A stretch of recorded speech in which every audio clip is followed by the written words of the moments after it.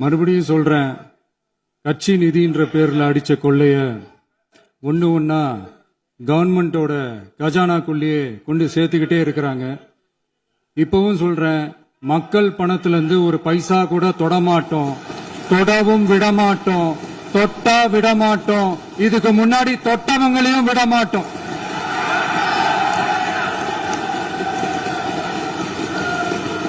ஒவ்வொரு ஊழலா வெளியில வரும் போலயே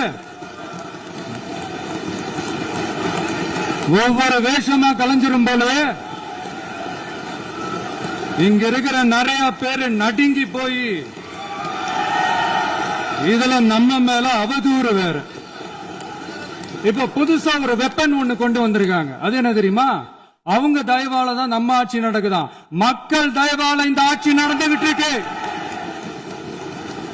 மனசாட்சி உள்ள சக்திகளோட ஆதரவால இந்த